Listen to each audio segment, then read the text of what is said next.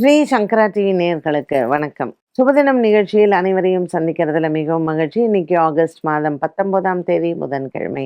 இந்த நாளுக்கான 12 ராசிக்கும் பலன் மற்றும் பரிகாரத்தை பார்க்கலாம். அதனைத் தொடர்ந்து நமக்கு ஒரு கேள்வியும் உண்டு.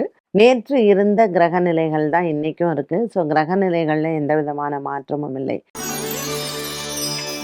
மேஷராசி அன்பர்களுக்கு இன்று மனதிற்கு ரொம்ப ஒரு இதமான நாளாக இருக்கும். அலுவலகத்தில் நல்ல செய்திகள் காத்திருக்கிறது. இன்று உங்களுக்கு பதவி உயர்வு அல்லது இடமாற்றங்கள், உங்களினுடைய உயர் அதிகாரிகளுடன் இதுவரையில் இருந்து வந்த ஒரு சில போராட்டங்கள் இது எல்லாம் மாறக்கூடிய ஒரு சூழ்நிலையை பார்க்கலாம்.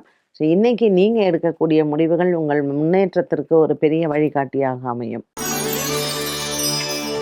ரிஷபராசி அன்பர்கள் பங்குச் சந்தையின் முதலீடுகள் லாபத்தை தரும்.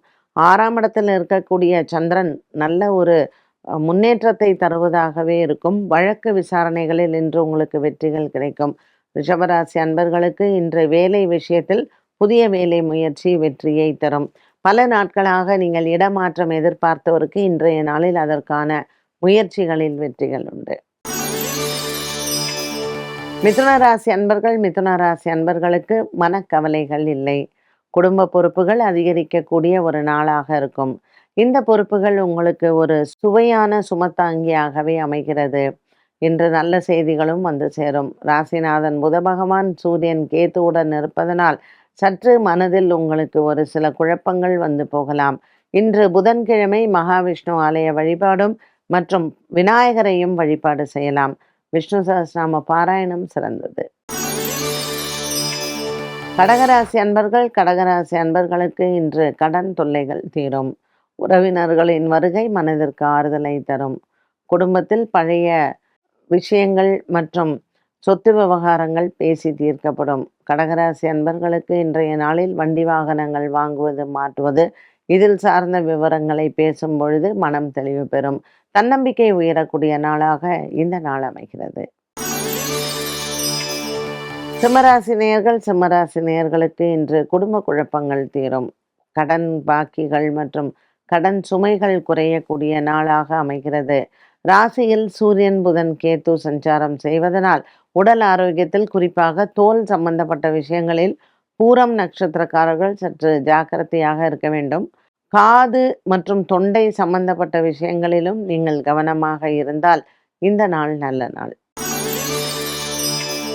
கன்னிராசி நேயர்களுக்கு இன்று அலைச்சல்கள் அதிகமாக இருக்கும். ராசிநாதன் 12ஆம் இடத்தில் சஞ்சாரம் செய்கிறார். சற்று மனதிலும் உங்களுக்கு ஒரு விதமான குழப்பங்கள் வந்து போகும். உங்கள் உடன் பிறந்தவர்களால் இன்று சண்டை சச்சரவுகள் வந்து போகலாம்.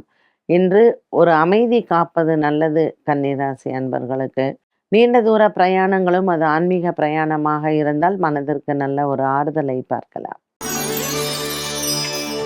துலாம் ராசி அன்பர்களுக்கு இன்று நாள் முழுவதுமே சந்தோஷமான நாளாக அமைகிறது. 9ஆம் இடத்தில் இருக்கக்கூடிய செவ்வாய் அனுகூலமாக அமைகிறார். 6ஆம் இடத்தில் சனி பகவானும் 9ஆம் இடத்தில் செவ்வாயும் அமர்ந்திருப்பது துலாம் ராசி அன்பர்களுக்கு ஒரு விதமான மன சஞ்சலங்கள் ஏற்படும். புதிய நண்பர்களை நம்ப வேண்டாம். விருச்சிக ராசிக்காரர்களுக்கு கேந்திரத்தில் இருக்கக்கூடிய கிரக சஞ்சாரங்கள் சனி பகவான் செவ்வாய் மற்றும் சுக்கிரன் இவர்களினுடைய சஞ்சாரங்கள் மனதில் போராட்டங்களை கொடுக்கும். குடும்பத்தில் பெரியவர்களிடத்தில் இன்று வாக்குவாதங்களை தவிர்க்கலாம். கணவன் மனைவிக்குள் ஒரு விதமான மனக்குழப்பங்களும் போட்டி பொறாமைகளும் வந்து போகலாம். 8ஆம் இடத்தில் செவ்வாய், பாக்கியத்தில் இருக்கக்கூடிய குரு நன்மையை தந்தாலும் கூட 10ஆம் இடத்தில் இருக்கக்கூடிய சூரியன் புதன் கேத்து சற்று மன சஞ்சலத்தை கொடுக்கலாம். உடல் ஆரோக்கியத்தில் கவனம் தேவை. தனுசு ராசி நேயர்களுக்கு இன்று நாள் முழுவதுமே உற்சாகமான நாளாக இருக்கும். 10ஆம் இடத்தில் இருக்கக்கூடிய சுக்கிரன் அலைச்சலை கொடுக்கலாம். வெளியூர் மற்றும் வெளிநாட்டிலிருந்து வரவேண்டிய செய்திகள் நன்மையை தருவதாக இருக்கும். பழைய நண்பர்களினுடைய சந்திப்பு இன்று மன ஆறுதலை தரும். தனுசு ராசி அன்பர்களுக்கு இன்று புதன்கிழமை விஷ்ணு சஹஸ்ரநாமத்தை படித்து மகாவிஷ்ணு ஆலய தரிசனம் நல்லது. மகர ராசி நேயர்களுக்கு மனக்குறைகள் இல்லை. குடும்ப போராட்டங்கள் தீரக்கூடிய நாளாக இந்த நாள் அமைகிறது. இன்று மகர ராசி அன்பர்களுக்கு பல நாட்களாக இருந்து வந்த ஒரு விதமான மன போராட்டங்கள் இன்று தீரும். 7ஆம் இடத்தில் குரு பகவானும் 8ஆம் இடத்தில் சூரியன் மற்றும் புதன் கேது இருப்பதனால் கணவன் மனைவி உறவில் நல்ல ஒரு பாசமும் மற்றும் மகர ராசிக்காரர்கள் பெண்களுக்கு உங்களால் கணவனுக்கு ஒரு உயர்நிலை அடையலாம். கும்பராசி அன்பர்களுக்கு குடும்ப பாரங்கள் தீரும். ராசியில் இருக்கக்கூடிய ராகு மற்றும் 5ஆம் இடத்தில் இருக்கக்கூடிய செவ்வாய் நல்ல ஒரு மன திருப்தியை தரலாம். 6ஆம் இடத்துல இருக்கக்கூடிய குரு பகவான் மன அழுத்தத்திலிருந்து நீங்கள் வெளிவரலாம். கும்பராசி அன்பர்களுக்கு பாக்கியத்தில் இன்று சந்திரன் இருப்பதனால் இறைவன் அருள் பரிபூரணமாக உண்டு.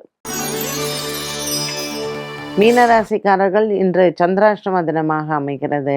8ஆம் இடத்தில் சந்திரன் இருப்பதனால் சிவன் ஆலயத்தில் இன்று அரிசி மற்றும் வெல்லம் தானம் செய்யவும். சந்திரன் 8ஆம் இடத்திற்கான தோஷங்கள் நிவர்த்தியாகும். 5ஆம் இடத்தில் இருக்கக்கூடிய குரு பகவான் அனுகூலமாக இருப்பார்.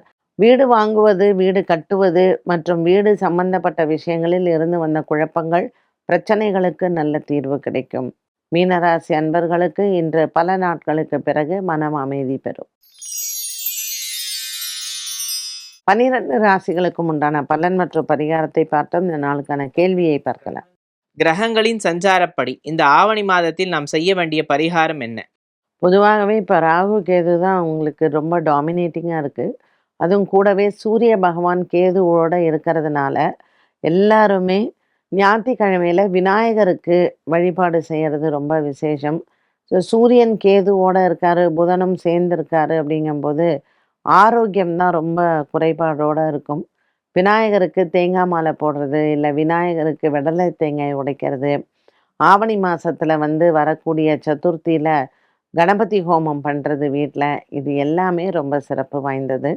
ஸோ இந்த சிம்ம ராசிக்காரர்கள் மட்டுமல்லாமல் எல்லா ராசிக்காரர்களுமே விநாயகருக்கு விடலை தேங்காய் உடைத்து விநாயகருக்கு தேங்காய் மாலை சாற்றினால் கிரகதோஷங்கள் தீரும். என்ன நேயர்களே, இந்த சுபதினம் நிகழ்ச்சி அனைவருக்குமே பயனுள்ளதாக அமைந்திருக்கும். மீண்டும் சந்திக்கும் முறை நன்றி, வணக்கம்.